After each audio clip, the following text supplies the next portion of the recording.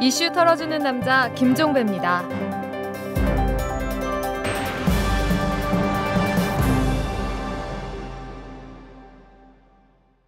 6월 12일 수요일입니다. 자, 오늘도 이주영 기자의 SNS 한 뉴스로 시작을 합니다. 자, 어서 오십시오. 안녕하세요. 네, 전해주시죠. 네, 어제부터 트위터는 그야말로 이슈 풍년이었습니다.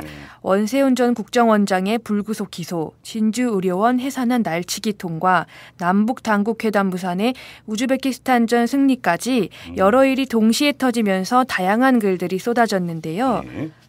그중에 가장 화제가 된 이슈는 역시 축구죠. 한국 축구 국가대표팀이 브라질 월드컵 아시아 지역 최종 예선 우즈베키스탄전에서 1대0으로 승리를 거둔 소식이 트위터 타임라인을 가득 메웠습니다. 하지만 평가가 그리 좋진 않은데요. 이기긴 이겼는데 참 아쉬운 승리였다는 평이 많았습니다. 우즈베키스탄 수비수의 자책골이 아니었으면 어떻게 할 뻔했냐는 거죠. 트위터에서는 월드컵 예선 탈락의 고배를 한번 맛봐야 정신 차릴 것이냐는 질타가 이어졌습니다. 한국 축구팀 우즈베키스탄 격파라는 제목의 기사를 두고도 자책골로 겨우 이겼는데 무슨 격파냐는 비난이 일었습니다. 그래도 우리는 승리를 했으니까 그렇다 치고 네. 이 자책골로 온 우즈벡 이 수비수는 어땠을까요? 네. 많이 근데 우즈베키스탄 힘들었겠죠. 언어를 몰라서 네. 그쪽 반응이 어땠는지 알 수가 없습니다. 네. 네. 한 트위터 이용자는 빠르고 정확한 패스에 의한 슈팅 플레이는 거의 볼 수 없었다. 본선에 진출해도 16강에 오르기 힘들다고 우려했고요. 네. 또 다른 이용자는 골 하나 자력으로 못 넣는 약체팀이다. 전술 보강이 시급하다고 강조했습니다. 낚시 계획까지 취소하고 우즈베키스탄전을 봤다는 소설가 이회수 씨도 아쉬움을 표한 건 마찬가지였는데요. 한국 국가대표 선수들에게는 다소 미안한 소리지만 반성을 많이 해야 할 졸전이었습니다.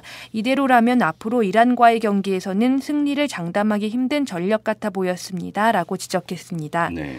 그래도 우리 대표팀에게 응원을 계속 보내야 한다는 의견도 많았습니다. 한 이용자는 오늘은 결과가 중요한 경기였다. 크로스와 움직임이 빚어낸 자책골도 우리 선수들의 공이 컸던 장면이다. 승리를 폄하해선 안 된다며 대표팀을 격려했습니다. 네. 또 다른 이용자는 고등학교 2학년 여학생 여러분, 축구팀을 계속 응원해야 합니다.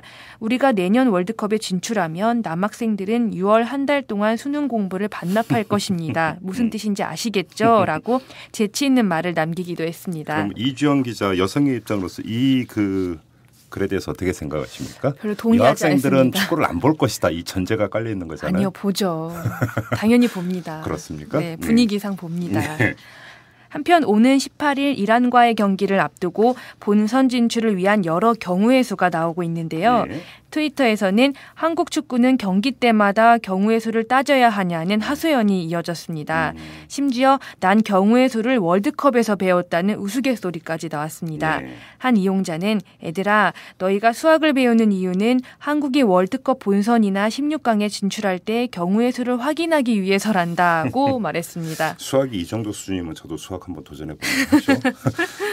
근데 제 기억으로는 네. 우리 축구 A 대표팀이 월드컵 예선에서 항상 고전을 했어요.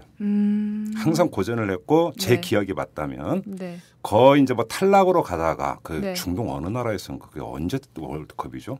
그랬는데 이라크가 이겨줘 갖고 거의 극적으로 본선 진출한 경우도 있었고 네. 저는 그때 그 장면을 지금도 잊지를 못하는데 고개를 푹 숙이고 경기장을 걸어 나오던 선수들이 네.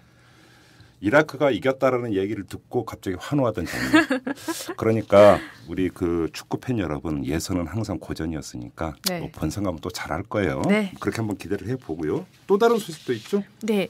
오늘 개최 예정이었던 남북 당국회담이 상호 대표의 격에 대한 의견을 좁히지 못해 무산된 것을 두고 트위터 여론이 시끄러웠습니다. 답답합니다, 진짜. 네. 예. 우즈베키스탄뿐만 아니라 우리 정부도 자살골을 넣은 게 아니냐는 말이 나올 정도로 회담 회담 무산을 아쉬워하는 의견이 많았는데요. 김현정 CBS 앵커는 조금씩 자존심 접기를 그렇게 바랐건만 결국 대표 경 맞추는 데서 걸린 건가요? 완전 무산은 아니길 바랍니다. 라고 말했습니다. 진중권 동양대 교수는 결국 서로 맞는 사이즈가 없어서 무산됐다는 건데 신발 맞추기 하나 유치해서 못 봐주겠다라고 꼬집어 말하며 어차피 남북관계를 개선시켜야 한다는 데는 남북의 이해관계가 일치한다. 서로 명분을 살려주며 윈윈할 수 있게 해주는 적절한 외교적 언어를 찾아야 한다고 강조했습니다. 한편 축구도 남북관계도 조금은 긴 호흡으로 바라봐야 한다는 의견도 나왔습니다. 한 트위터 이용자는 남북관계든 월드컵 축구든 일희일비하지 말자. 22명의 선수들이 뛰는 경기와 8천만 한민족이 관계된 협상에서 일희일비해봤자 얻을 수 있는 것은 별로 없기 때문이다. 라며 침착하게 진행해가자고 당부했습니다. 뭐 100번 지당한 말씀이긴 한데 아무튼 그게 떠오르면 밀당 게임이라고 있죠. 네. 이주영 기자 혹시 애정사업 하시면 아실 거예요. 밀당 게임.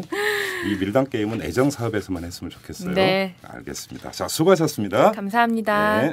재벌과 모피아의 함정에서 탈출하라. 종횡무진 한국경제. 재벌 개혁에 앞장서온 김상조 교수. 그가 한국경제에 던지는 8가지 질문. 우리가 몰랐던 한국경제의 진실을 파헤칩니다. 더 이상 경제 권력자들의 눈속임에 속지 마세요. 종횡무진 한국경제. 오마이뉴스가 만드는 책 오마이북.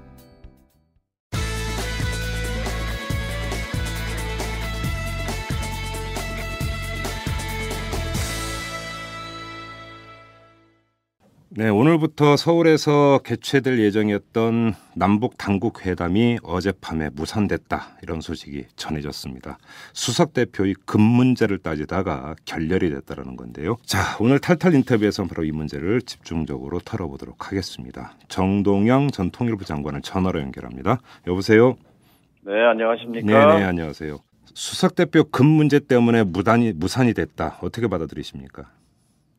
어제 저도 좀 얼떨떨했습니다. 설마, 설마 뭐 회담이야 열리겠지 이렇게 생각했는데 당황스럽네요. 그래요. 그런데 지금 일단 좀 확인할 게 그 북한에서 강지영 조국평화통일위원회, 그러니까 조평통 서기국 국장을 수석 대표로 내세운 것에 대해서 우리 정부도 문제를 삼았고.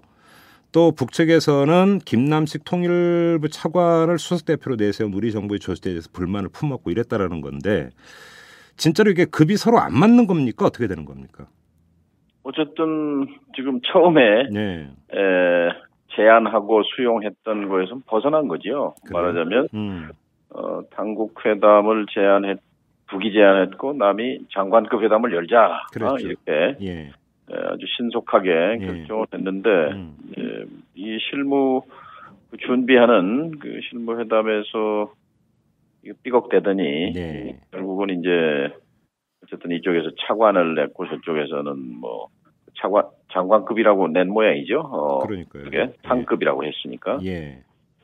뭐 아무튼 피장파장 보이긴 합니다만 이제 어처구니 없는 것은 이것이 사실 12.12 작년 2012년 12월 12일 로켓 발사로 시작된 남북 관계의 이제 긴장 국면, 한반도의 긴장 고조가 6월 6일 2013년 6월 6일에 북쪽의 당국 회담 제의, 남쪽에 장관급 회담하자는 그 파격적인 제안 이렇게 해서 큰 전환이 이제 이루어질 것이다 하는 기대를 가졌는데 그 기대에 찬물을 끼얹어 버린 거죠. 그러게요.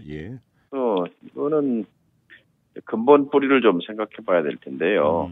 그러니까 아직 지난 5년간의 이명박 정부에서의 적대감, 남북 간의 적대 관계 누적되어 왔는데 그 피로감에 아직 벗어나지 못한 느낌이 좀 드네요. 그러니까 정서적인 어떤 불신이나 이런 것들이 짙게 깔려 있다. 남북 그 당국 모두에게 이런 말씀이신가요?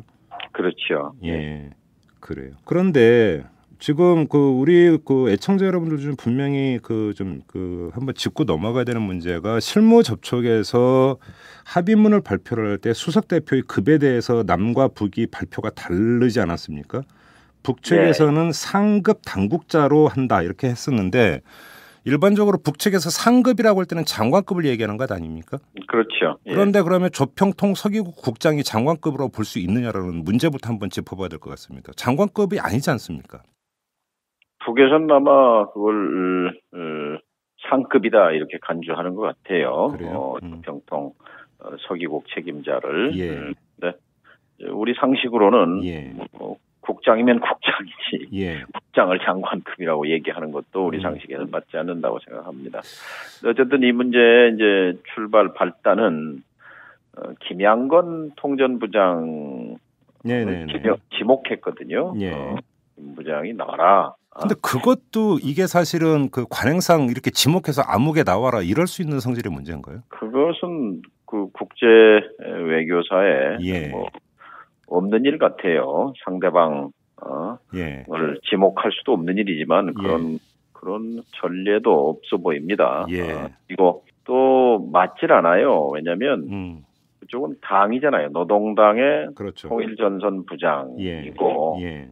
이건 정부 간 회담이기 때문에 그쪽에도 내각이라는 게 있거든요. 그렇죠. 그러면 이제 내각에서 통일부 장관에 해당하는 사람이 나와야 되는데 북의 내각에는 또 통일부라는 게 없어요. 그렇죠. 내각에 이제 그 무슨 경공업 부장, 뭐 중화학 부장 뭐 등등 해서 쭉 부장들이 한 40-50명 되는 걸로 압니다. 그런데 이제 없기 때문에 과거에 비상설 직위로 내각 책임 참사다. 우리로 말하면 과거에 무임소장관 뭐 이런 이 직위를 신설해서 설치를 해서 장관급의 이제 그 직위를 부여해서 회담 대표로 내보낸 거거든요. 그리고 이건 이제 총리 직속 기구니까 요즘으로 하면 우리 총리실의 국무조정실장, 국무조정실장이 장관급이었죠. 우리 정부에서도 그런 이제 편법을 이제 활용한 거죠. 근데 사실 저도 이제 통일부 장관 할 때 바깥에 해외 다른 나라들과 통일부 장관 회담이라는 게 없어요. 왜냐하면 전 세계에서 통일부 장관이 있는 나라가 그렇죠. 한국밖에 없잖아요. 그렇죠. 그래서 제가 중국을 가거나 미국을 가거나 해외에 갈 때 그때는 이제 제가 NSC 국가안전보장 회의 상임위원장이라는 자격을 갖고 있었기 때문에 미국의 국방부 장관이나 국무장관을 만나서 회담할 수가 있었죠. 그랬었네요. 근데 지금 우리 정부 같은 경우도 애당초 북한에서 당국회담 열자고 했을 때 장관급 회담 열자고 지금 맞받았던 것 아니겠습니까? 그렇게 본다면 그때 어떤 우리 정부가 맞받았던 것에 기초해서 본다면 차관을 수석 대표로 내세운 것도 그럼 맞는 거냐 이 문제도 있잖아요. 일관성이 없는 거죠. 그러니까 이걸 좀 큰 그림 저는 박 대통령이 너무 나선다는 느낌이 좀 있고요. 전문가가 아니지 않습니까? 그 말씀은 어떤 말씀이세요? 좀 더 풀어주세요. 시스템에서 정하도록 해야 합니다. 그러니까 통일부, 국정원, 외교부, 국방부, 또 외교안보 수석 이런 거기서 충분히 전문가들의 조언을 받아서 이 조율된 그런 의견을 채택하고 안 하고는 이제 결정권은 대통령이 있는 거지만 일일이 뭐 격을 맞춰라 이렇게 지시한다든지 뭐 오늘 저 제의가 대화 제의가 맞다. 뭐 그걸 거부한 거는 뭐 실망스럽다. 이렇게 직접 전면에 나서서 이렇게 지휘관처럼 남북 문제에 나서는 것은 바람직하지는 않다고 봅니다. 그렇게 되면 우선 각 부서가 전부 이 자율적인 그 행동이 제약이 되고 전부 이제 대통령 입만 바라보겠죠. 입만 쳐다보게 되는 거죠. 그렇죠. 왜냐하면 거기 거슬르면 뭐 괜히 미움받고 그러니까 점수 잃으니까 그렇게 되지 않겠어요? 그렇지 않아도 반려사회가 복지부동인데. 그렇죠. 그래서 이 대북 문제를 지나치게 대통령이 나서는 느낌 그것은 뭐 적절치 않아 보입니다. 근데 또 하나 좀 그 확인하고 넘어갈 게 그 지금 그 정동영 전 장관께서도 말씀하셨지만 과거에 보면 그럼 내각 참사라고는 직위를 만들어서 이제 수석 대표로 내보냈다고 말씀을 하지 않았습니까? 예. 그러면 이번에 또 그랬으면 되는 거잖아요. 북측도. 왜 안 했을까요? 그러니까 아마 실무회담 판문점에서 18시간을 밤을 새가면서 줄다리기 한 게 예. 아마 이제 김양건 부장을 내보내라. 안 된다. 뭐 그러면서 이제 아마 그러면 뭐 우린 차관급을 낼 수밖에 없다. 뭐 이런 얘기들이 뭐 나왔겠죠. 예. 그러면서 이제 서로 탐색을 해보니까 또 청와대에서도 김양건 부장이 나오지 않으면 6.1제 통일부 장관을 못 내보내겠다. 뭐 이랬으니까 북은 북대로 또 이제 머리를 쓴 거겠지요.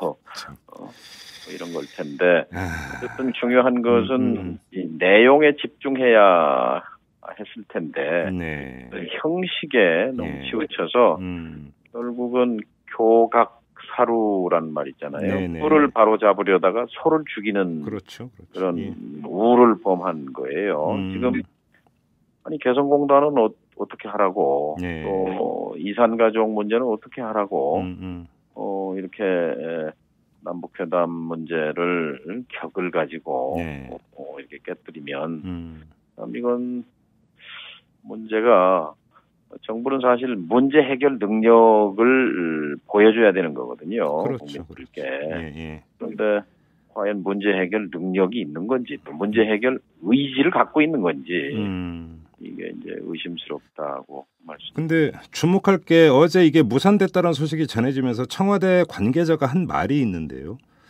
대다수 국민들이 바라보는 감성과 시각에 맞춰야 한다. 이 말을 강조를 했어요. 결국은 이게 이제 그 수석 대표의 급 문제가 그 전부터 이제 문제가 되니까 보수 세력에서 여러 가지 비판론이 나왔는데 이걸 의식해서 우리 정부가 더 선택의 폭이 좁아졌던 것 아니냐 이런 추측이 나오는데 어떻게 보십니까?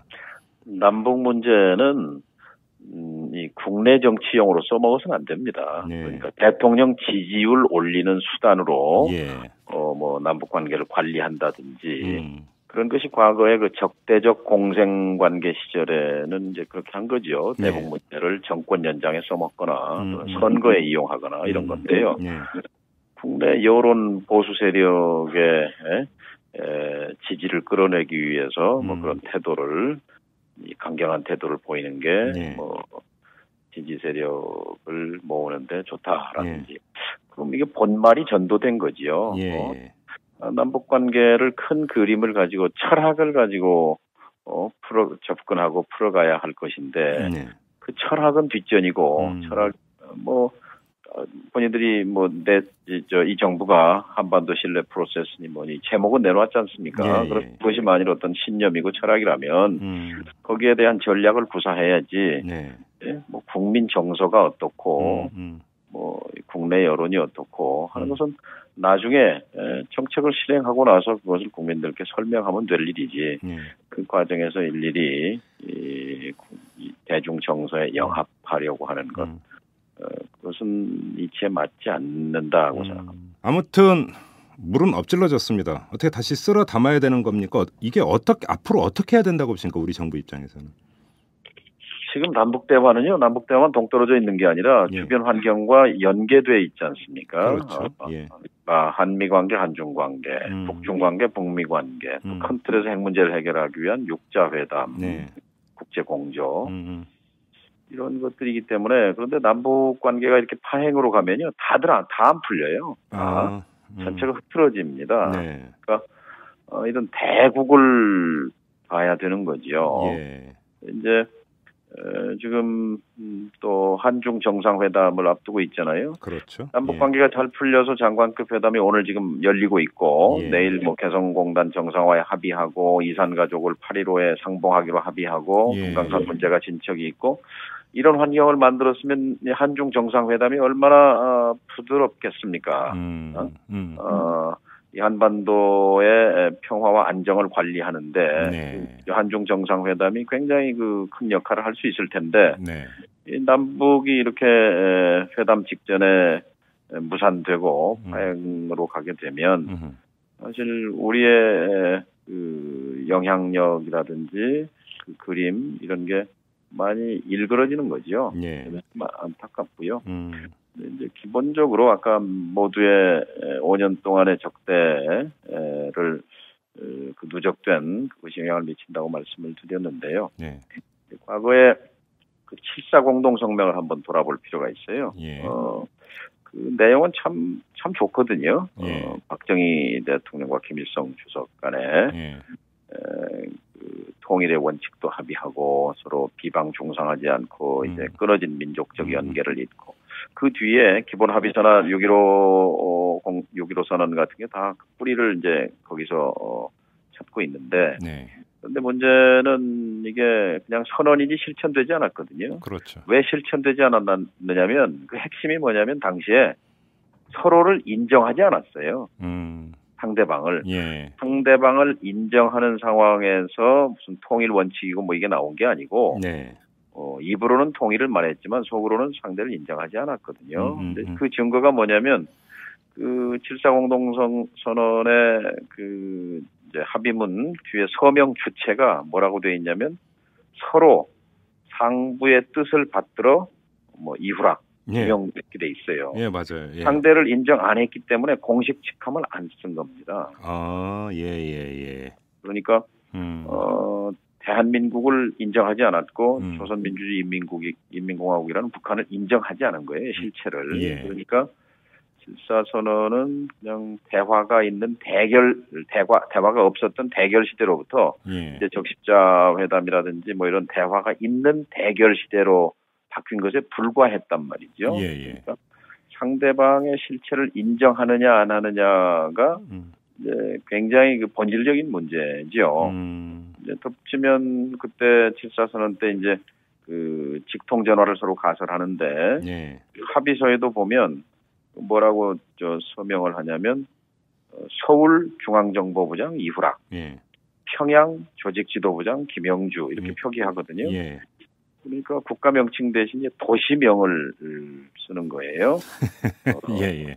이제 제가 이런 얘기를 왜 그 돌이켜서 40년 전 얘기를 하냐면 지금은 뭐 이제 서로 제도의 차이를 인정하고 뭐 상호 존중하고 이런 얘기들을 서로 합니다. 네.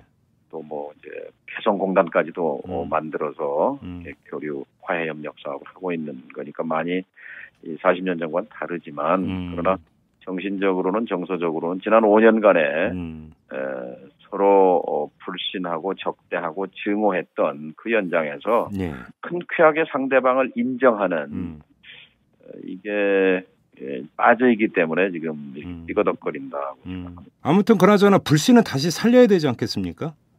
그렇죠. 어떻게 살릴 수가 있을까요? 그래서 이제 이럴 때 아쉬운 게 비공식 접촉 채널입니다. 그렇겠죠, 그리고 아무래도 말하자면 민간 접촉이 이럴 때 또 필요한 겁니다. 종교계든 시민사회든 문화계든 다양한 접촉면을 갖고 있어야 이럴 때 이제 그 완충제 역할, 완충력도 하고 윤활력도 하는데 이제 다 끊었단 말이에요. 그렇죠. 5.24 조치라는 걸 통해서 2010년에 그래서 이런 공식 대화가 결렬되고 나면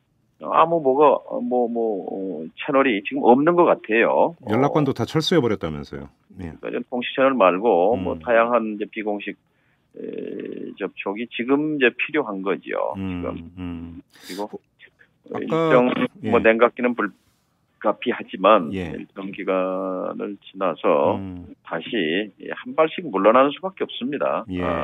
말하자면 우리가 처음 요구했던 김양건 통전부장 나와라 하는 건 관철하기 어렵습니다.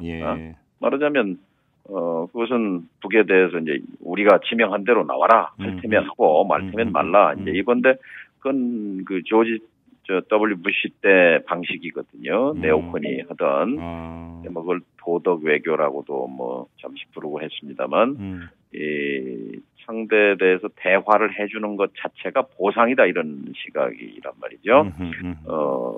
이 나쁜 행동을 한 사람에게는 그런 국가에게 대화는 그 보상이기 때문에 그냥 대화할 수는 없고 우리 시킨 대로 하지 않으면 우리는 뭐 그 대화 같은 거 안 한다 뭐 이런 건데 그런 태도를 가지고 과연 이 엄중한 대전환의 시기에 세계 정세가 변화하고 있잖아요. 최근에도 이른바 신형 대국 관계다. 미중 간에 불고 앉아서 이 휴양지에 앉아서 세계 정세를 논하고 그 첫 번째 한반도 문제를 얘기한 거 아니겠습니까? 그런데 한반도 문제는 기본적으로 우리가 주인이잖아요. 우리가 당사자인데 아무리 이해관계가 있는 대국이라고 하지만 남북은 이렇게 으르렁거리고 삐걱거리는데 미국, 중국, 강대국이 머리를 맞대고 한반도 문제를 쑥덕 공론하고 하는 거에 대해서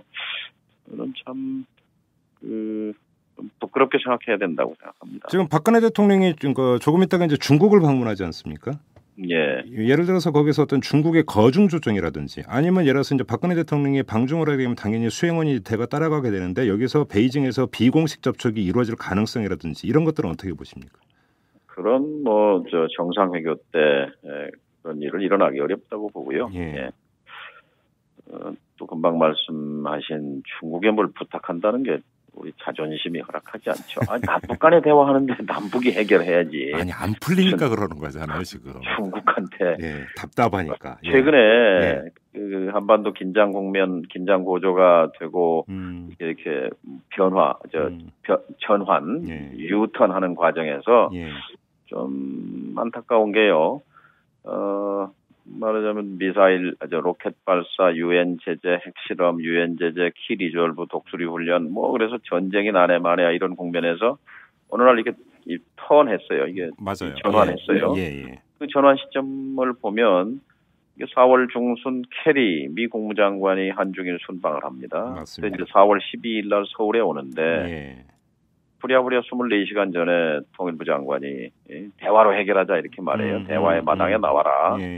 근데 또 그게 그럼 기자가 공식 대화 제입니까? 그랬더니 그건 또 아니고 이래서 약간 혼란스러웠어요. 근데 그날 밤에 또 이제 박 대통령이 나서서 그 대화 제의 맞다 이렇게 시켰단 말이에요. 그게 미 국무장관이 오기 전날 얘기예요. 그다음에 이번에 남북대화 제의, 당국대화 제의 한 6월 6일도 미중 정상회담 하루 전날 아닙니까? 맞습니다. 이런 것들이 참 왜 우리 문제를 우리가 당당하게 주체적으로 풀어가지 못하고, 왜 미국의 영향력, 중국의 영향력을 빌어서 남북대화를 추진하고 하는 것 모양이 참 안타까워요. 아무튼 이게 그 수석 대표 급을 따지다 보니까 이게 자존심 게임이 돼버린 거 아닙니까? 결국은 나타나는 모양새는. 그래서 이게 더 절충이 어려운 거 아닌가요? 네, 그렇습니다. 그러니까 한 발씩 물러나야 된다고 말씀을 드렸는데요. 김영건 부장이 나올 리가 없습니다. 그리고 통전부장은 우리 국정원장하고 통일부 장관 합친 역할 비슷해요. 지금 당이 지배하는 나라인데 통전부는 남북관계 정책을 만들고 집행도 하지만 거기는 대남 공작부서였단 말이죠. 정보를 관리하고 또 대남 선전을 하고 이런 체제가 다르잖아요. 근데 김영건 부장이 특사로 올 수는 있지만 장관급 회담의 상대방으로 앉으라 그러면 또 그건 맞지 않는 얘기이기 때문에. 근데 왜 우리 정부는 자꾸 김영건 나오라고 계속 그렇게 요구를 한 거예요, 그러면? 그거는 하나는 무지였거나 하나는 무리였거나 무지라는 건 대통령 책상에 보고를 잘못했거나 아니면 이건 이치에 맞지 않는 거죠. 또 북으로서도 박근혜 정부가 들어서서 새로운 정부가 새로운 형식으로 해보겠다는 의욕을 갖는 것은 이해할 필요가 있습니다. 그러면 지난 5년 동안의 그런 이명박 정부의 그런 적대적인 관계에 부담이 있었기 때문에 좀 더 거기에 대해서 남쪽의 그런 요구에 대해서 진지하게 좀 숙고했을 필요가 있다고 생각합니다. 알겠습니다. 자, 여기서 마무리하도록 하겠습니다. 말씀 잘 들었습니다. 말씀하다 보니까 조금 아쉬운데요. 하지만 좀 더 말씀드리면 어쨌든 지금 개성공단 분들 얼마나 지금 참 희망이 생긴 줄 알았다가 다시 또 절망의 구렁텅이로 그렇죠. 얼마나 안타깝겠습니까? 그리고 이산가족 상봉이 이제 다시 이어지는가 보다 해서 또 기대에 부풀었을 그 가족들 생각하면 저는 한 발씩 물러서는 것도 맞는 얘기고 더해서 우리 정부가 좀 더 주도적으로 능동적으로 풀어갈 필요가 있다고 봅니다. 네네. 그러니까 이번 사태는 뭐 양쪽에 다 책임이 있는 거지만 보다 큰 책임은 우리 쪽에 있습니다. 네. 우리가 좀 더 큰 틀에서 보고 이 문제를 대국적으로 풀어가는 그런 시야가 필요하지 않을까 생각합니다. 알겠습니다. 마무리하겠습니다. 고맙습니다. 네. 네. 이슈 털어주는 남자 김종배입니다. 냉철한 분석, 깊이 있는 통찰로 우리 사회 현안을 털어드립니다.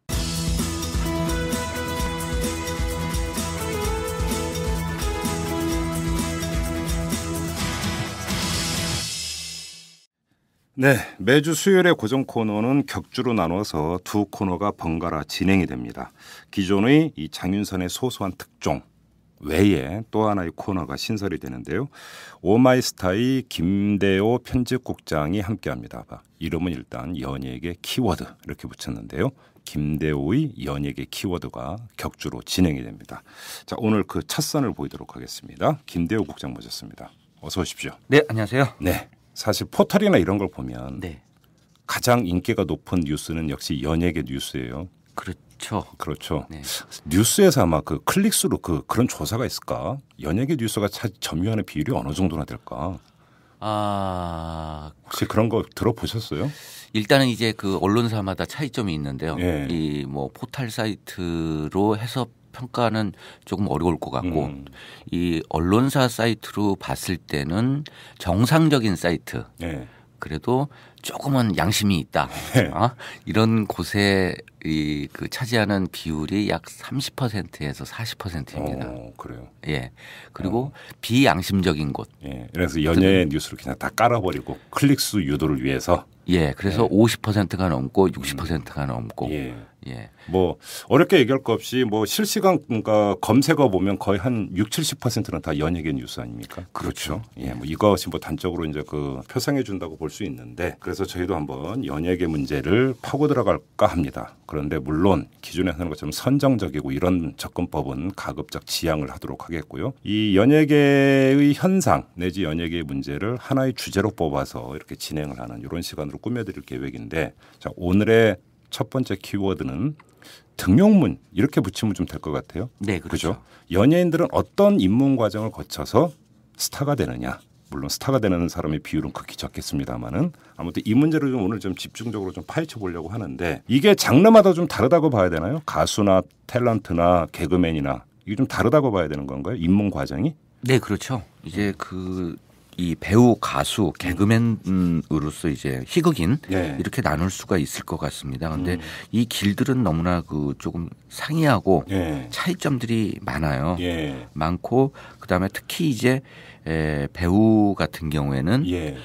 가장 특징적인 점이 이제 그 연기를 시작하면서 아역으로 출발을 할 가능성이 있기 때문에 그렇죠. 예, 그런 측면이 있고 가수 같은 경우에는 이제 물론 아이돌 가수가 굉장히 활성화되면서 이 어린 나이에부터 연습생으로 들어가고. 근데 좀 나눠보죠. 아역 얘기했으니까 평소 궁금한 게 있었는데 네.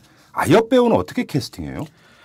아역 배우는 에이전시에 소속이 되어 있습니다. 아, 그래요? 예, 꼬마들도? 그렇습니다. 예, 그리고 대부분들이 이 아역가 같은 경우에는 이 등용문이라고 할까요? 아니면 입문 과정 자체가 연기 학원을 중심으로 해서 되죠. 그 나이 어린 꼬마가 에이전시에 등록이 돼서 그렇게 훈련받고 그런다라는 거예요? 아주 어릴 때부터?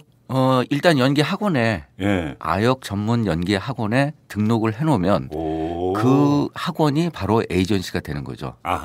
예. 그래서 이제 각종 방송 프로그램이나 아니면은 또 아동용 프로그램에서 섭외를 할 때 아예 이제 그 캐스팅 자체를 어떤 한 회사에 맡기기 때문에 그런 과정을 거치게 됩니다. 그러면 그거는 주로 이제 부모의 의지가 거의 절대적이라고 봐야 되는 거네요. 우리의 새끼 한번 그 배우로 키워보겠노라 이런 부모의 의지 거의 이거라고 봐야 되는 건가요? 제가 생각할 때는 그냥 단순하게 키워보겠다 이 수준이 아니라요. 예. 어린 시절 6살, 4살 뭐 그 되는 아이한테 예. 판검사 이상의 그런 어떤 열정을 쏟아붓는다고 생각할 수 있어요. 저는 아역 배우도 그런다는 건 제가 관문에서는 오늘 처음 들었어요. 네. 저는 그래도 재능 있고 똘똘하다 해갖고 방송사가 한번 이렇게 캐스팅 해갖고 시켜보고 이러는 줄 알았는데 그게 아니네. 근데 이 아역 배우 부분이 사실 가장 심각한 부분이에요. 네. 그래서 이 가정 문제도 굉장히 많이 나아지고 있고 네. 많이 발생을 하고 있고 예. 그다음에 또 이제 그 아역 배우가 청소년 그다음에 성인으로 성장하면서 예. 제대로 된 인성 교육을 받지 못하는 관계 그다음에 학업 성적이 떨어지는 관계 예. 교우 관계에서 교우 관계도 문제가 그렇죠. 생기고요. 뉴스에서 옛날에 그 순풍산부인과의 미달이었나? 네. 예. 그 이제 그쪽에서 뭐 인성 이런 문제가 아니라 되게 힘든 과정을 거쳤다라고 자기가 고백하는 걸 제가 뉴스로 본 기억이 나는데. 네, 그 친구 같은 경우에는 청소년 우울증도 예. 있었고 예. 그다음에 또 가족 관계도 역시 조금 안 좋았었죠. 아무튼 아역은 이제 그 아역도 역시 에이전시를 통하는군요. 그러면 일반 배우들 같은 경우는 예를 들어서 연영과를 나왔다든지 아니면 연극에서 시작한다든지 우리가 통상 알고 있는 이런 과정을 거치게 되나요? 그 방법은 이제 학교를 다니는 방법이 있고, 네. 그 다음에 또 이제 학원을 다니는 방법이 연기 있고요. 학원. 예. 예. 그 다음에 또 이제 한 가지 방법은 이제 그 조금 옆길이라고 할 수 있는 모델로 출발을 하는 방법이 있습니다. 그게 쭉쭉 빵빵이 돼야 그게 가능. 그죠? 예. 근데 이제 이 타고난 신체적 조건이 받쳐줘야. 예. 연극과나 영화과를 나오든 아니면 연기 학원을 나오든 공통된 것은 뭐냐면요. 이 오디션에 합격을 하거나 네. 아니면은 어떤 그 매니지먼트사에 소속이 되어져야만 그렇죠. 어떤 그렇죠. 그 조금 작품 기회나 이런 것들을 찾을 수 있지 단순하게 연기적인 재능이 있고 외모가 출중하다고 해서 그냥 가만히 있는다고 해서는 결코 그 좋은 그 연극 영화과를 나온다 하더라도 캐스팅되기가 상당히 좀 어려운 우리 여기서 상황이죠. 까놓고 한번 제가 여쭤볼게요. 네. 오디션이라고 하는 일종의 공채 과정이 있지 않습니까? 예. 그렇죠. 자, 그런데 이것이 일반화된다면 거기서 공정한 경쟁이 이루어지니까 아무 문제가 없는 건데 네. 이것이 예를 들어서 이제 그 연출자라든지 이런 연출이나 이런 것들을 통해서 개별적으로 캐스팅되고 이런 경우도 많습니까? 예전에는 이제 몇 년 전까지만 해도 그 인맥이나 네. 아니면 이제 그 투자자 같은 경우에 조금 입김이 작용을 했습니다만 지금과 같은 경우에는 이게 그 작품에 맞느냐 안 맞느냐에 따라서 뭐 신인이든 아니면 스타든 조금 공정한 경쟁 구조가 마련이 됐다고 할 수 있겠어요. 기성 배우도 오디션에 응하는 경우가 있대요? 해야 됩니다. 해야 됩니까? 네. 그게 뭐 단순하게 뭐 사람들을 모아놓고서 면접하는 것처럼 이렇게 같은 시간대 이렇게 하는 게 아니더라 하더라도 오디션은 거쳐야 되는 것이죠. 그래요? 네. 상당히 좀 그래도 공정화됐다라고 볼 수 있겠네요. 그렇죠. 그렇게 본다면. 물론 이제 스타급이나 아니면 주연급 같은 경우에는 이런 과정 없이 특별 캐스팅입니까? 복수로 추천을 하기 때문에 그것도 역시 어떤 경쟁이라는 측면에서 오디션이라고 할 수 있겠죠. 그래요. 이 그 희극인 같은 경우는 보통 이제 개그맨을 기준으로 할 경우에는 방송사별로 공채 개그맨 이게 일반적이죠. 네, 그렇습니다. 근데 이제 요즘 이제 대학가의 코미디 극들이 굉장히 활성화가 되면서 대학가 주변에 그러니까 대학로 소극장 이런 데서 그렇죠. 거기서 많이 발탁이 되기도 하는데 가장 기본적인 것은 그렇게 발탁이 되기보다는 오히려 이 학교 중심의 이 그 등용문들이 마련이 되어져 있어요.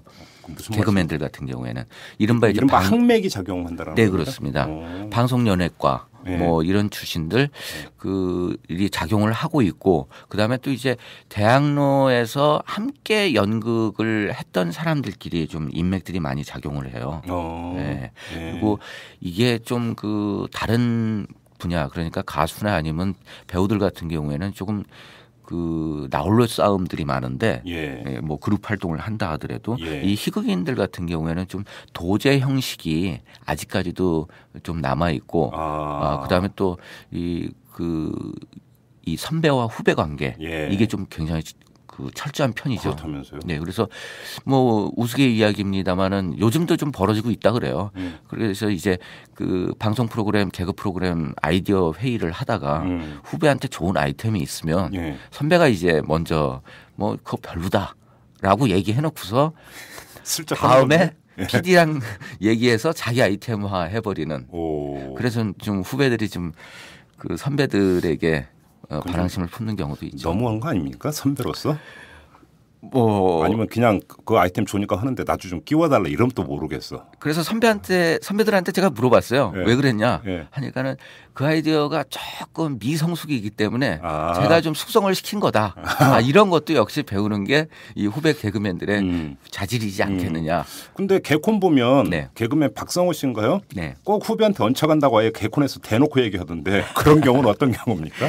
약간의 이제 박성호 씨 같은 경우에도 아이디어가 굉장히 풍부하고 근데 이제 아무래도 이 콤비 플레이가 많기 때문에 그렇죠. 그 콤비 플레이 차원에서 후배랑 함께 하다 보면 후배가 좀 예우하기도 하고 물론 이제 극중상에서는 뭐 후배한테 맞고 뭐 슬랩스틱이 벌어지기도 합니다만 그래도 이제 뭐 연습 시간이라든가 아니면 기타 부분에서 뭐 일본말을 써야 되는데 이제 가장 중요한 대사들 이런 부분들을 이제 선배한테 바치는 경향이 있기 때문에 묻어가는 게 맞겠죠. 그러니까 흔히 얘기하는 암흑의 라인 또 암흑의 라인 이런 게 있는 겁니까? 그러니까 그쪽에는? 네. 그렇습니다. 이제 소속사도 그런 형식으로 정해지고 있고. 소속사도. 네, 그렇고 이제 외부 활동이라고 할 수 있는 대학로 공연 이것도 역시 그 라인을 통해서 움직이기 때문에. 그러면 라인 어느 줄을 잡느냐에 따라서 이 희극인으로서의 능력과는 무관하게 기회의 많고 적음도 달라질 수가 있겠네요. 그렇습니다. 그래서 이제 뭐 SBS 같은 경우에 굉장히 많이 흔들리고 MBC 같은 경우에도 굉장히 코미디 부분이나 희극 부분 이 부분이 굉장히 불안정한 모습을 가지고 있거든요. 프로그램이 없어졌다 다시 생겼다. 왜 그러는 거예요, 진짜? 하는데 지속적인 투자 부분이 이루어지지 않고 있기 때문에 그래요. 그래서 한 번은 이제 SBS의 웃음을 찾는 사람들 우차사를 만들면서 SBS에서도 공채 개그맨을 뽑아왔습니다만 결국은 제대로 성장시키지도 못했고 그 수확물을 얻지도 못했거든요. 그러면서 무주공산이 돼버린 거예요. SBS에 어떤 개그 프로그램이 없는 이 상황이 되니까 이제 다시 만들어야 되겠다고 생각을 하면서 개그 콘서트에 있던 한 라인을 통째로 데려간 거죠. 그래서 이제 대학로에서 조금 신인들 이렇게 함께 해서 만들었던 게 지금 말고 초창기 이제 웃음을 찾는 사람들이었죠. 때로 움직이는군요. 그렇죠. 그리고 또 이 방법을 또 MBC에서도 사용을 했습니다만 조금 이제 MBC 같은 경우에는 희극인 그러니까 코미디언실이 아직까지도 존재를 하고 있기 때문에 그런 차원에서 이제 상황은 괜찮았습니다만 그쪽도 마찬가지로 KBS에서 개그 콘서트 출신 한 라인들을 이렇게 한꺼번에 데려간 케이스. 그러면 그래서 이제 개그 프로 같은 경우는 몇 개의 코너로 잘게 쪼개지고 한 코너에 보통 여러 명이 등장을 하지 않습니까? 그럼 한 코너를 꾸미고 있는 그 개그맨들은 보통 같은 라인에 있는 개그맨들입니까? 그러면? 서로 조금 틀릴 수도 있어요. 조합이. 한데 대부분은 같은 라인이라고 봐야 되죠. 그렇습니까? 그러면 그 라인 간의 일종의 알력이나 갈등이나 이런 것도 있습니까? 있죠. 있어요? 뭐 행사 부분이나 아니면은 또 뭐 대학로에서 공연이 터졌다거나 하면은 이제 입김이 많이 작용을 하게 되는 거죠. 그래요. 이 가수 같은 경우는 우리가 이제 일반적으로 알고 아이돌 가수 같은 경우는 보통 이제 연예기획사에 들어가서 연습생부터 거치는 걸로 이렇게 뉴스가 좀 많이 나오고 있고 또 한편으로는 인디밴드 이렇게 이제 활동을 하면서 또 하다가 경우에 따라서는 스타덤에 올라가는 경우도 있고 이런 말고 또 어떤 경우가 있습니까? 과정이? 요즘 들어서는 연습생, 인디밴드 그다음에 또 이제 오디션을 통해서 오디션 프로그램이나 근데 지금은 이 세 가지 방법이 있는 것 같아요. 연습생이나 인디밴드, 오디션. 근데 연습생을 좀 쉽게 보는데 연습생이 되기도 어려워요. 그렇다면서요? 근데 인디밴드야 맘 맞는 친구들끼리 함께 이제 홍대 주변이나 다른 홍대 앞에 진짜 많대요. 진짜 연습실이 거의 노래방식으로 되어 있거든요. 모든 악기들이 완비가 되어 있고 요즘 인디밴드 연습실과 팟캐스트가 연합하고 있는 거 아세요? 조금은 얘기 들었습니다. 녹음 공간이 없으니까. 그렇죠. 인디밴드 연습실을 빌려서 녹음을 하는. 그래서 인디밴드 연습실 같은 경우에는 이제 일반인도 사용할 수가 있고 노래방처럼 이제 한 시간에 얼마씩 내고 이제 악기들을 다룰 수 있기 때문에. 일반인도 그렇게 또 빌려줘요. 가능합니다. 인디밴드도 돈은 좀 벌어야 되니까. 그러니까 인디밴드가 운영하는 곳이 아니라 아예 연습실만 운영하시는 노래방처럼 운영하시는 분이 계세요. 아 그래요? 네. 아 임대 사업으로? 그렇죠. 이야, 노래방처럼. 돈이 돼요? 돈이 되니까 이제 그 악기들도 마련해 놓고 있는 거죠. 그래요? 저희 이제 오마이뉴스 그 밴드 네. 비흡연자인가요? 아, 그 오마이뉴스에 밴드가 있어요? 네, 그렇습니다. 그 직장 밴드가 있는데 예. 이분들도 역시 이제 악기를 아직까지는 오마이뉴스 경영진 쪽에서 지원을 안 해주고 있기 때문에 이 연습실 가서 계속 폭로하세요. 계속 폭로하세요. 네. 가서 연습을 하는 거죠. 그래서 뭐 만약에 지금처럼 그 정말 잘해서 예. 홍대 무대에 쓴다면 저희 그 오마이뉴스의 이제 그 인디 밴드 비흡연자들이 이제 오디션 프로그램에 나갈 수도 있는 거고. 근데 그 김대호 국장과에서 보시기에 그 인디 밴드 이름이 비흡연자들이에요? 네. 그 밴드의 그 수준을 상중하로 하면 어느 정도로 평가하십니까? 솔직히 아직까지는 이 조율이 필요하답니다. 알겠습니다. 그런데 그 오디션 프로그램을 통해서 이제 그 가수의 길을 걷게 되는 사람 같은 경우도 한때 좀 논란이 있었잖아요. 이게 뭐냐면 사실은 이 사람이 무명이고 네. 자연인이 아니라 네. 이미 어떤 기획사에 소속돼 있는 사람이다. 네. 뭐 이런 이야기가 많이 돌고 그러면서 논란이 된 적도 있잖아요. 실제적으로 이제 오디션 프로그램이 활성화되면서 그 여러 음악 학원들에서 오디션 진출반을 따로 만들었어요. 이게 그놈의 학원은 참. 없는 데가 없어요. 없는 데가. 예. 그리고 이제 뭐 무명입니다만 연습생들 같은 경우에 네. 그 얼마든지 조금은 이제 기획사의 양해를 구해야 되겠지만은 무명이기 때문에 그 출전할 수 있는 자격을 가질 수도 있는 거고 그 부분에 대해서는 뭐 별 이견은 없을 것 같아요. 아 그래요? 네. 기획사에 소속돼 있다 하더라도 얼굴이 알려지지 않았고 노래가 알려지지 않았다면 그렇죠. 사실 그 기획사 소속은 안 된다라는 뭐도 없죠. 사실. 그렇죠. 근데 이제 문제는 이제 그러면 기획사가 지원해주고 이러고 뭐 이래서 정보를 얻는다든지 전략을 짜준다든지 이런 데서 다른 사람하고 좀 차이가 날 수 있지 않겠느냐. 이런 점은 어떻게 보세요? 분명히 조금은 영향이 있겠죠. 연습생을 했다고 하면 아무래도 조금 그 단련이 되어 있기 때문에 그러니까, 그리고 또 이제 그 방송에서 부르는 노래가 어떤 형태인지 알고 있고 무대를 어떻게 꾸며야 되는지도 알고 있기 때문에 그런 부분에 있어서는 유리한 측면이 분명히 있죠. 근데 제가 생각할 땐 아무리 막 그 오디션 진출반 그 음악학원을 나오든 그 소속사에 소속돼 있는 연습생이라 하든 하지만 끼는 못 이기는 것 같아요. 그래요. 자, 이제 대충 이제 한번 일별은 해봤는데 제가 며칠 전에 뉴스를 본 게 성동일 씨 배우. 그분이 자기는 무명 시절에 10년간 벌어들인 총액이 120만 원이라고 했던가요? 네. 그래서 영국 배우 출신이시죠. 네, 그렇죠. 원래 연극이 물론 배고픈 동네이긴 하지만 그 정도일 줄은 몰랐다 하는데 보통 무명의 시절이 그러니까 연습생 같은 경우도 가수 조건 씨인가요? 네. 2AM에 뭐 연습생 시절에 뭐 이 눈물 젖은 빵 얘기하는 걸 제가 TV에서도 잠깐 본 적이 있는데 진짜로 무명의 과정이 그렇게 힘듭니까? 세간에 알려진 대로? 힘들죠. 그렇습니까? 여러 가지 뭐 이 대표적으로 지성군 같은 경우에도 연습생 시절 연기 연습만 하던 시절이 있었거든요. 배우 지성 씨. 지성 씨 같은 경우에는 2년 동안 그 이 지하방을 뭐라 그러죠? 반지하방.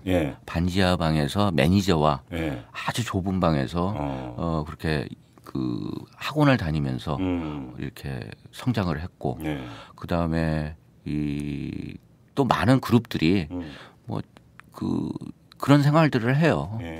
미국에서 왔건 뭐 하더라도 연습생 시절 때는 굉장히 혹독하게 합숙 생활도 하고 그다음에 또 일부는 이제 문제가 생긴다고 해서 그 휴대폰도 그렇죠. 압류당하고 그다음에 연애도 못하게 하고 물론 이제 스타가 되면은 이 숙소에 참모라고 해서 아주머니가 그 밥을 해주시면 그 참모도 급이 있어요. 그래서 그래요? 이 참모분들이 어디서 활동하시던 분들이냐면 이 강남 포장마차나 강남 음식점에서 음식을 그 주방에서 만드시던 분들을 이 합숙소에 그 고액을 주고 스카우트를 해와요. 그래요? 그러니까는 이 음식의 질도 많이 틀리겠죠.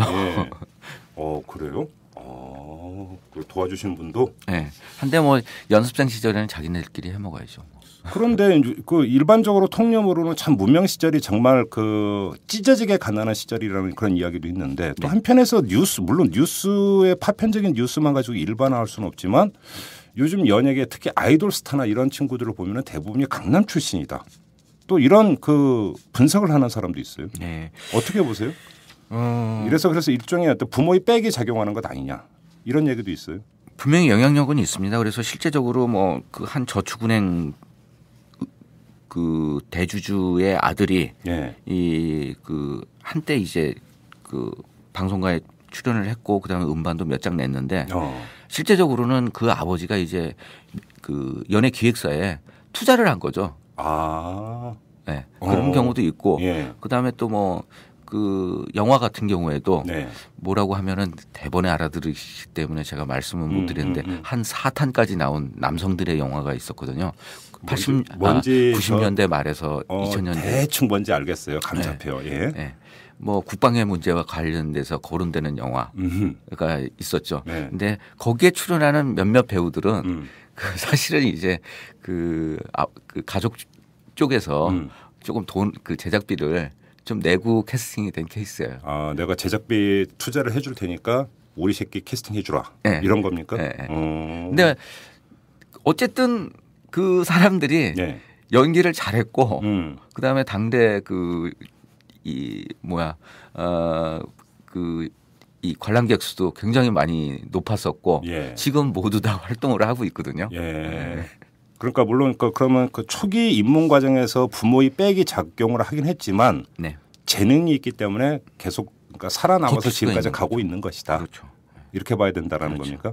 그리고 뭐 이 아버님이나 어머님의 재력이 있으신 분들이 분명히 조금 많이 작용을 해요. 그래서 그 일부 매니저들 같은 경우에는 그런 그 나쁜 그 비즈니스 모델을 만들어서 일부러 이제 돈이 많은 집 자제에 대해서만 키우겠다 해서 이제 그래서 이제 자기가 투자하고 이런 과정이 있어야 되는데 이제 부모님의 자발성을 그 포장을 해서 결국은 이제 그렇게 투자받아서 하는 경우도 있고 조금 그 옳지 않은 방법이라고 생각이 듭니다. 그런데 이제 왜 제가 이걸 여쭤봤냐면 그 청소년을 상대로 이제 그 미래의 희망 직업이 뭐냐 이렇게 물어보면 아주 그 상위 랭킹에 올라가는 게 바로 연예인 아닙니까? 그러니까 청소년들이 이제 그런 어떤 응답을 하는 데에는 물론 이제 대중문화가 모든 걸 지배하고 있는 어떤 사회 현상도 거기에는 작동을 하고 있겠고. 근데 저희 이탈남에서도 얼마 전에 한 분하고 인터뷰를 하는데 그 심리의 기저에는 뭐가 있냐면 그래도 이거는 부모의 백이나 출신 성분이나 이런 거나 상관없이 자신의 재능과 끼만 있으면 성공할 수 있다라고 하는 공정한 게임의 룰이 작동된다는 믿음이 있기 때문 아니냐. 이런 분석을 한 사람이 있었어요. 그런데 실제로 그러느냐 연예판이 이걸 한번 여쭤보기 위해서 그런 겁니다. 분명히 그 끼와 부모의 애정 부분이 있으면 청소년 아이돌 그다음에 뭐 아역 배우 다 성공할 수 있을 것 같아요. 한데 이제 부모의 애정 부분이라는 것이 삐뚤어진 애정도 많거든요. 이른바 반칙을 쓰는 돈이라든지 권세라든지 이런 걸 이용하는. 그렇죠. 근데 이제 이런 부분들 때문에 가족 간의 갈등들이 많아요. 아역 배우를 키우는 집 같은 경우 대표적으로 장윤정 씨도 물론 이제 아역 배우는 아니지만 비슷한 케이스거든요. 그러니까는 어떤 한 사람이 아역 배우가 있으면은 그 뭐 형도 있을 테고 누나도 있을 테고 남동생도 있잖아요. 형제지간이 있겠죠. 근데 아역 배우를 학원에만 보내면 어머니들이 다른 그 자녀에 대한 관심들이 없고 이 아이만 쫓아다니는 거예요. 그래서 이 아이는 뭐 좋은 거 먹고 뭐 할 때 다른 자녀들은 관심을 받지 못하면서 탈선을 하거나 예를 들어서 이제 형제 간의 갈등이 유발이 된다. 그렇죠. 그리고 또 이 그 부부 관계도 상당히 안 좋아진대요. 왜요? 대부분 이제 어머니의 극성으로부터 출발하기 때문에 남편에 대한 그 어떤 보상 심리, 그 다음에 남편에 대한 어떤 애정 이런 부분들도 상쇄가 되면서 이 부부 관계도 굉장히 안 좋은 케이스들이 많다. 하나만 좀 더 여쭤볼게요. 최근 들어서 연예인 2세들이 이제 그 등장하는 경우가 되게 많잖아요. 근데 여기서 물론 연예인 부모를 두고 있는 2세라면 그 피를 물려받았기 때문에 재능이라든지 끼 이런 것들이 발휘가 될 수 있는 여지도 상대적으로 높은 건 인정을 하겠는데 혹시 아버지나 어머니의 그런 어떤 연예계의 어떤 그 파워 이런 것들이 그 작용을 해가지고 연예인 2세가 다른 친구들에 비해서 상대적으로 쉽게 입문하는 이런 것은 없습니까? 플러스 효과는 분명히 있는 것 같아요. 그래요? 네. 근데 대신 거기에 담보되어야 될 부분은 본인의 끼와 열정과 연기에 대한 정렬 이런 부분이 되지. 뭐 그 사실 이제 연기자들 아니면은 그 원로급 가수분들의 자녀들이 많이 진출했지만 성공한 케이스도 많이 있다고 생각하지만 실제적으로는 실패한 케이스들이 훨씬 많아요. 훨씬 많죠. 안 알려졌을 뿐이니까. 그렇죠. 그리고 대부분들이 될 사람들은 아버지라는 어머니라는 것을 이 화이트로 지우고 생각해봐도 될 만한 사람들이 된 것 같아요. 그런 부분에 있어서는 굉장히 공정한 경쟁. 예를 들어서 저 같은 경우 배우 하정우 씨를 참 좋아하는데 그분도 2세 아닙니까? 그렇죠. 그렇죠. 근데 물론 그렇다 해서 이제 배우 하정우 씨의 이걸 하면서 물론 아버지의 백 이런 것들을 그러니까 연상하는 사람 물론 없어요. 연기력이 좋은 편이죠, 하정우 씨는? 그럼요. 그죠. 제가 좋아하는 배우가 한 명입니다. 제가 94년도에 김용곤 씨 아버님을 인터뷰했는데 조금 그 다른 매체에 대해서 화가 나는 부분이 그때 94년인가 95년도에 인터뷰하면서 제가 이혼하셨다는 특종을 썼는데 이게 2000 몇 년이더라? 몇 년 전에 다시 그 하정우 아버지 이혼했다고. 몇 년 뒤에 나온 거예요? 10몇 년 후에 또 나오는 거죠. 그게 그건 뉴스가 아니고 새로운 게 전혀 아니잖아요. 그렇죠. 뭐 이덕화 씨 대머리다 뭐 이런 것도 특종이 되고 있는 세상이지만 그때 당시에 그 김용곤 씨가 베스트 드레서로서 유명했었거든요. 맞아요. 기억나요. 했는데 그때 당시에 이제 아들에 대해서도 물어봤고 했는데 그때 그 외국 유학 중이었어요. 하정우 씨가. 근데 그 이제 솔직하게 말씀드리면 김용곤 씨가 하신 얘기가 아니 그 새끼가 말이야 아무래도 끼가 있는 것 같아. 이게 내가 옷 사다 놓으면은 다 훔쳐가서 가죽옷도 훔쳐가서 입고 아주 그냥 서울만 나오면 아주 너무너무 돌아다녀. 걔 끼가 있는 것 같아. 될 것 같아. 그렇게 예언을 하셨거든요. 아버님도 끼를 보셨던 것 같고, 근데 별로 이제 하정우 씨 같은 경우 김용곤 씨가 그 도움을 갖다 준 케이스는 아니에요. 오히려 아버지가 밀어준 케이스가 아니에요. 그냥 하정우 씨 자체로 나왔고 하나의 어떤 그 동전의 양면처럼 김용곤의 아들이라는 측면이 장점도 되어줄 수도 있었겠지만 오히려 불편한 수도 있죠. 그렇죠. 그런 경우도 있죠. 혹시 그 연예인이 자기 자식이 연예계로 발들여 놓겠다라고 하는 걸 아주 극명 말리거나 이런 경우도 있습니까? 그런 경우 있죠. 뭐 그 다른 분야이기는 하지만 농구 선수 허재 씨 같은 경우에도 아들이 농구를 잘하거든요. 근데 농구하지 말라고 관심 못 받으니까 차라리 축구하라고 월드컵에 나가라고. 그 이제 지금 그 등용문이라는 키워드에서 이제 한번 쭉 짚어봤던 것은 연예계라고 하는 것이 한편으로는 그 대중 앞에 모든 게 노출이 되는 공간이면서도 공적인 성격을 또 갖지는 아니하는. 이러다 보니까 여기서 연출이라든지 재력이라든지 이런 것들이 많이 작동할 수 있지 않겠느냐라고 하는 일반적인 통념이 있단 말이죠. 그런 이제 그런 것들이 어느 정도로까지 그러면 지금 나타나고 있느냐. 과거에 비해서는 상당히 많이 공정해졌다. 이렇게 정리를 하면 되겠네요. 그렇죠. 이른바 그 방송사 PD의 어떤 막강한 파워 이런 것들은 별로 이제 여지가 없습니까? 영향력이 있긴 하지만 그렇게 과거처럼 모든 그 전지전능한 그런 힘을 갖다가 발휘하던 시대는 PD 한 사람이 마음만 먹으면 한 연예인을 스타로 만드는 건 일도 아닌 이런 시대는 이제는 아닙니까? 아닙니다. 결코 전혀 아닙니까? 뭐 아무리 밀어주려고 해도 본인이 이 수준 미달이면 결코 대중들은 받아들이지 않는 거죠. 아무튼 이 포털 이런 데서 또 이제 대중 한 사람 한 사람이 하나 이제 그 대중문화 평론가가 되어 있어서 연기력부터 해가지고 패션까지 전부 다 이게 평을 다는 그 세상이 되다 보니까 그렇죠. 뭐 발연기라는 게 대표적인 거죠. 네티즌들의 지적. 그렇죠. 알겠습니다. 자 오늘 그 김대호의 연예가 키워드 오늘 첫 시간 이렇게 꾸며드렸습니다. 자 김대호 국장님 다다음 주에 뵙도록 하겠습니다. 네 감사합니다. 여러분은 지금 10만인 클럽 회원 문희정이 후원하는 김종배 이슈 털어주는 남자를 듣고 계십니다.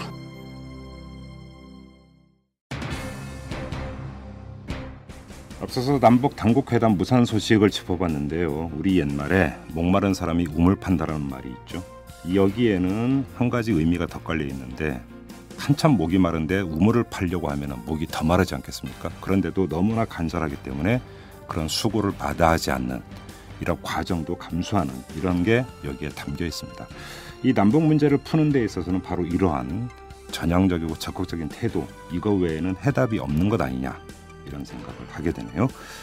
자, 오늘 방송 여기서 마무리하도록 하겠습니다. 지금까지 이탈남 김종배였습니다.